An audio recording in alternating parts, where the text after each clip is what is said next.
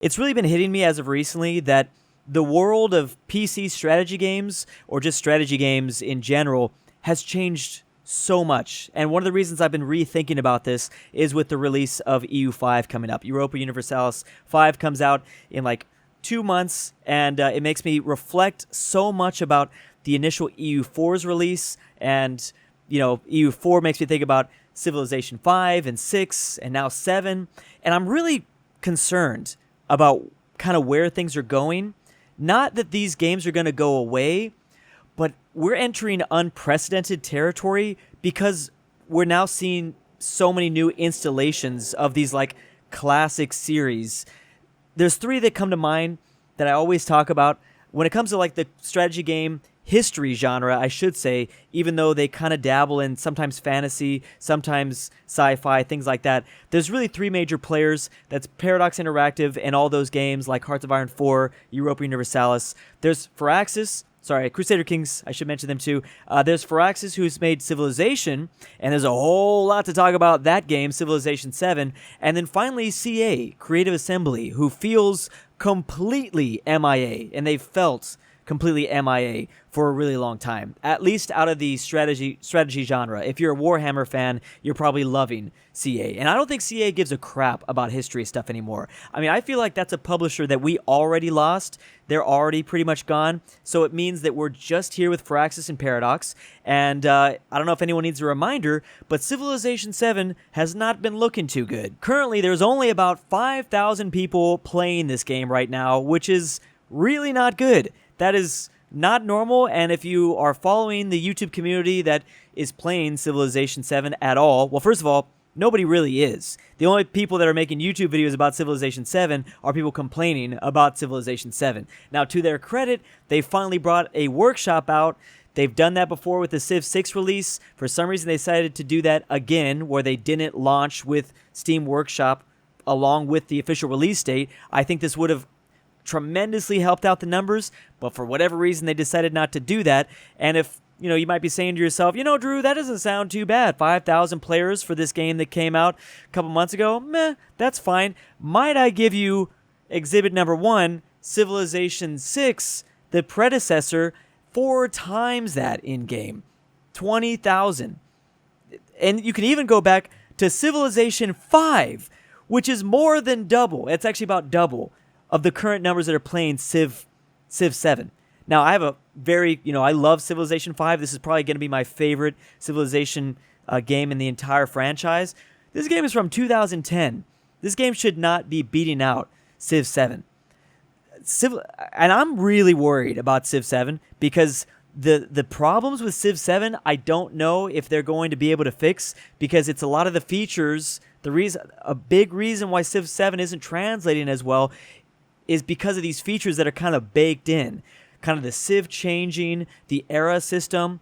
Just, it doesn't feel quite like a Civ game, or at least the previous predecessors. That leaves just one strategy game publisher that I talked about in the very beginning, and that's Paradox. And like I said, we have EU5 to look forward to in like 2 months, but is it fair to say I'm nervous? I think every Paradox player is a little bit nervous. We all know the life cycle of strategy games now. They release a game, and on the release date, it's a vanilla state, and it sucks. And then slowly over the years, it gets better and better and better.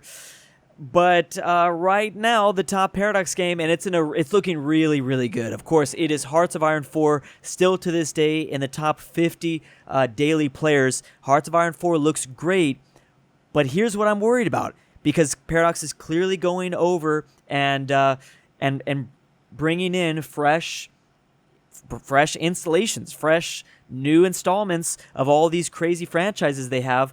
EU4 is going to be the biggest one. EU4 after Hearts of Iron 4 is going to be the biggest one. When Hearts of Iron 5 comes out, which is inevitable, like when EU5 comes out, we're now on the clock. We are now ticking down to when Hearts of Iron 5 gets released. And that is a game that we've been waiting for like 10 plus years now. They're absolutely working on it. It will come out. I don't know when it's going to come out. I don't know, 2027, probably 2028 if I'm being real. But this is currently the biggest history strategy game on all of Steam. And it's the thing is, when you release new installations, new installments, I should use the word installments. It really fractures the player base. And now look at what's going on with Civ, which traditionally speaking, I'm pretty sure Civ 6 was always ahead of Hearts of Iron 4. It's been a battle back and forth for a couple of years now, but the issue is that with time, you're going to have like Civ 7 slowly start to gradually, kind of creep up a little bit, and the players that loved Civ 6 get older and they stop playing video games quite as much. Civ 5 is only inevitably going to doom spiral, I think. I mean, inevitably. It's 15-year-old game, so that's just going further and further down. But I do kind of worry for Paradox here because, I mean, we all kind of know EU5 is not going to be incredible upon release. EU5 is going to struggle. First of all, EU4 is already, kind of getting older and older. It's not even in the top 100 right now, which is kind of crazy in terms of daily players. EU4 has dropped all the way out of the top 100, which isn't crazy. I bet you it's at like 18,000 or something like that. And in the past, Paradox worries me because, well, we now know that some new of their history games can fail. Look at Imperator Rome. That game came out a while ago now, but that game just died, like literally died. They tried one DLC, it didn't work, it didn't do too well. I'm worried about Victoria 3. I think Paradox always knew that Victoria 3 wasn't going to be the biggest banger of a game because it's more of a niche game. I will say that Victoria 2's numbers are pretty low. But these are hardcore fans that just personally love Victoria 2. I don't know if Victoria 3 is going to have that same amount of love for it. Only time's going to be able to tell. We literally need like 10 years to pass and see how many people are still, playing Vicky 3, how much update and support it's still getting. But I feel like if you look at past new installments of these different franchises, Imperator Rome failed. Victoria 3, I'd give like maybe a C, and that might not necessarily be Paradox's fault. That could just be like, honestly, a lack of interest in this particular time period and a lack of interest in the specific game mechanics too, because of the way they have to set up the strategy game. It's not as much of like a map painter simulator. There's a lot more to go with what's going on.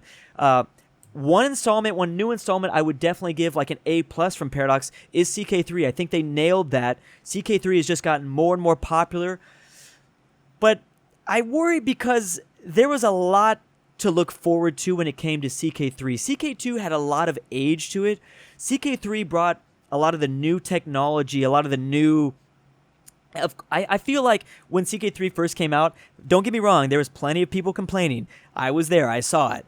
But at the end of the day, I'm like, this is just a more beautiful, fun game.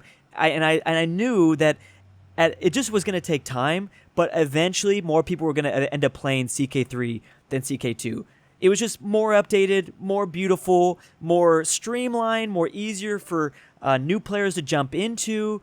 I loved CK3. I never fully got into CK2, and you can really see it from the numbers. Look at how low the CK2 numbers have dropped at this point, and it's probably only going to continue to drop, probably to like Victoria 2 levels. So point is, I would say CK3 was a massive success. So they have kind of a checkered past when it comes to new games post Hearts of Iron 4 launch. And even Hearts of Iron 4 for several years, it was a tough one. I mean, I would say that Paradox didn't put a lot of love into Hearts of Iron 4 for those first like maybe 2 or 3 years. If you go back to the DLC, it's like, what are you guys doing, bro? Like, you guys they gave a lot of love to CK2 at the time when it came to expansion packs. They were still giving a lot of love to EU4 at the same time. But I knew in my heart, and it's very clear whether it's here on YouTube or just the Steam players, that at the end of the day, it's the subject matter that matters most, and it's a Hearts of Iron 4. It's a World War II Hearts of Iron 4 game where you take over the world. At the end of the day, that is going to attract the most normies, and I think finally, I mean, Paradox probably realized this years ago, but it was interesting to see them finally kind of understand that. So anyways, checkered past. Paradox has had a checkered past with some of these newer games. And will we see EU5 either succeed or fail? Like I said, when CK3 came out, it just made sense. Like, this is going to be a banger one day. I wonder if we're going to feel that with EU5. And honestly, only time is going to tell, because of course it's going to have a negative reception from everybody. It'll probably maybe get mostly negative, or maybe if it's looking good, it'll get like a moderate to like slightly positive Steam reviews in those first early days. Then the months will pass, or maybe like a month or two will pass, and the reviews will still slowly tick over to like maybe mostly negative. That's fine. That's overall a win if you at least get people's interest on those first couple of weeks, because ultimately the DLCs will come out, and ultimately people will get more and more interested.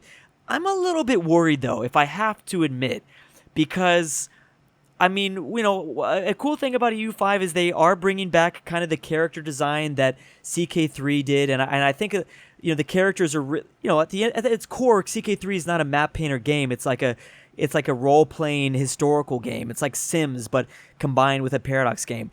EU5 is like at its root bare bones a map painter beautiful game, like just a beautiful bare bones map painter game. So like, introducing these character designs, I feel like won't be an automatic dub here for Paradox like it was for CK3. So I don't know, and there's a lot more to dive into than just that, but I just kind of worry. I do love that they're changing the start date. They don't always change the start date, but I do like that they're changing the start date, which is going to mean that if you're trying to get your fix for that 1337 start, you're going to have to play EU5. But I don't know. Like, will these features... Because the thing is with these strategy games, they have to excite a whole new generation of kids. Let's be real. They have to be kids. They're probably like 13, 14, 15, 16 years old, and you have to get them to play forever. Now, that's really young. I'm not going to lie. I mean, I started playing strategy games at like probably 16 or 17, but you definitely got to make the college kids excited, and slightly out of college, and then maybe high school. Is this going to be enough to make that new generation play your game for the next 10 years?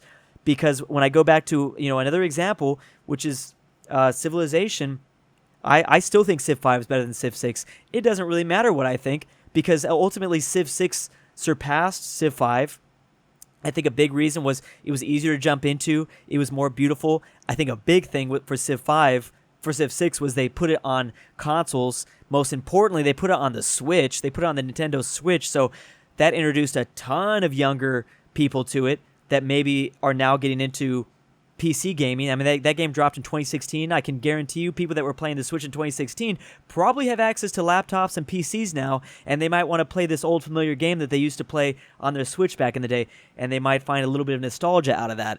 So is EU5 going to have that same mechanic?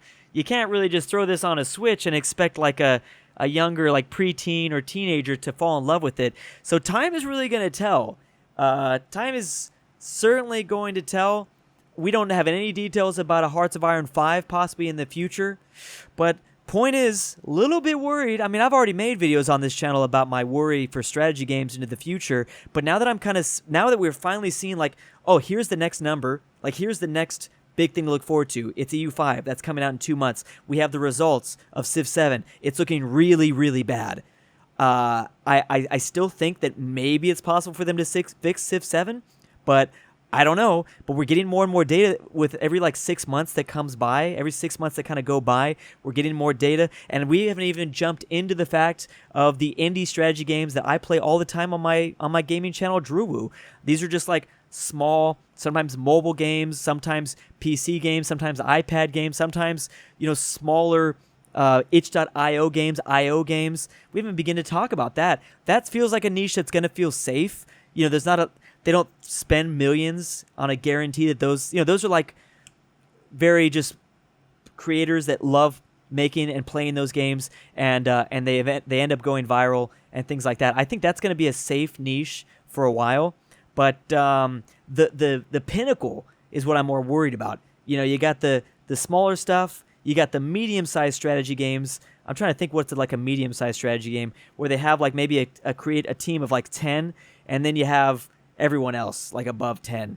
But I'm worried about the top line stuff, that big stuff because they're dropping so much. And I just feel like the genre is getting pretty splintered. It's getting pretty fractured. And who else are we really going to be able to introduce to these ultimately very niche games? Like, will we peak? I think that there's the big push to get China into it. I mean, China loved Three Kingdoms from Total War. I see more and more Chinese mods pop up on EU4 Workshop and Hearts of Iron 4 Workshop. I met a lot of Chinese influencers when I was invited out to like Civilization 7 influence events. But like, where else does the player base go? Maybe India? I'm just trying to think. Like, I feel like we're starting to reach a little bit of the limit of the people that are going to be into these like crazy spreadsheet simulator games is the joke that they made in the past. But with graphics and technology as it expands, maybe we'll get more normies involved. I don't know. Long-winded rant, but I can't help but think about this a lot since it's all coming to terms as the EU4 life cycle is about to end. And I was there all the way back in 2014, and here we are in 2025, 16 years later. It's like, holy crap, been able to really think a lot about this subject as of the last like week since we've got that release date announced.